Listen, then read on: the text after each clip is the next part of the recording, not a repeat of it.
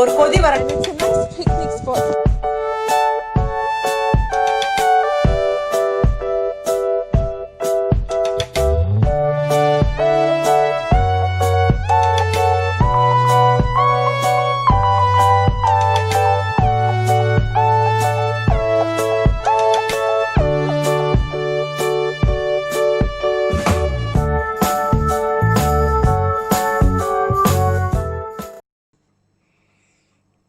அருமையான பச்சை பசேல்னு இருக்கிற பச்சை மிளகா சட்னி பண்ண போகிறேன். அதுக்கு தேவையான பொருள்கள் நீங்கள் உங்களுக்கு வேணுங்கிற அளவுக்கு பச்சை மிளகாய் எடுத்து வச்சுக்கலாம்.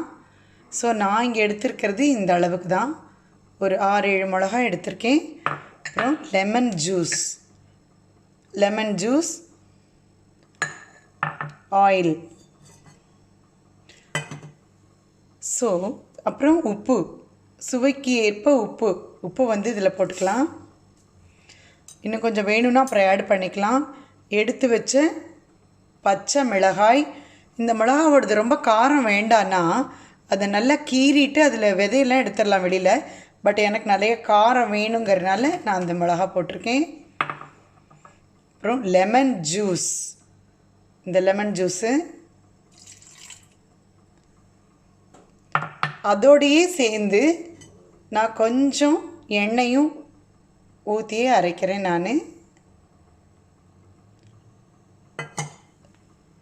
இது நீங்கள் வேணும்னா மல்டி டேஸ்ட் வேணும்னா இதில் வந்து நீங்கள் சுகர் கொஞ்சம் போட்டுக்கலாம். ஆனால் எனக்கு ரொம்ப காரமாக வேணும். இப்போ நான் இப்படி காரமாக அரைச்சி வச்சிட்டேன்னா இப்போ நமக்கு வேணுங்கும் பொழுது அதை வந்து அடை தோசைக்கோ இல்லைன்னா மோர் சாப்பாடு சாப்பிடும்போது கூட நம்ம வந்து தொட்டு சாப்பிட முடியும்.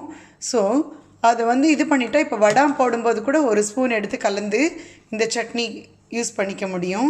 சட்னி அந்த ஒரு ஸ்பூன் சட்னியை தளி வடாம் ஜவ்வரிசி வடாம் போடும்போது ஆட் பண்ணிட்டோன்னா நமக்கு இதுக்குன்னு தனியாக விழுத அரைக்கணும்னு அவசியம் இல்லை. நான் சில சமயம் சப்பாத்திக்கு குளிர்காலத்தில் வேணும் டக்குன்னு அழகாக தொட்டு சாப்பிட்றதுக்கு சூப்பராக இருக்கும். கொஞ்சம் நல்ல எண்ணெய் விட்டு சாப்பிட்லாம். அதனால் நான் இதை மட்டுமே அரைக்க போகிறேன். இதில் நான் என்ன பண்ணுறேன், புளி ஆட் பண்ணல, புளிக்கு பதிலாக லெமன் ஜூஸ், அவ்வளோதான். வேறு எந்த இன்க்ரீடியண்ட்டும் கிடையாது. ரொம்ப சூப்பரான டேஸ்ட்டாக கிடைக்கும் நமக்கு. அதுவும் அந்த பச்சை மிளகாயோட ஃப்ளேவர் வந்து ரொம்ப சூப்பராக இருக்கும். பண்ணி அரைச்சி காமிக்கிறேன் பாருங்கள். ஸோ பெருங்காயம், இந்த பெருங்காயத்தோட பவுடர் கொஞ்சம் இதில் ஆட் பண்ணிட்டோன்னா ரொம்ப டேஸ்ட்டாக இருக்கும்.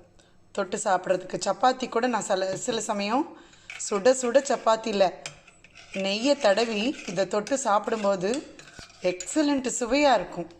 ரொம்ப டேஸ்ட்டாக இருக்கும். கட்டாயம் பண்ணி பாருங்கள். இது உங்களுக்கு பிடிச்சிருந்து தான் இந்த க்ரீன் சட்னி லைக் பண்ணுங்கள், கமெண்ட் பண்ணுங்கள், ஷேர் பண்ணுங்கள். தேங்க்யூ.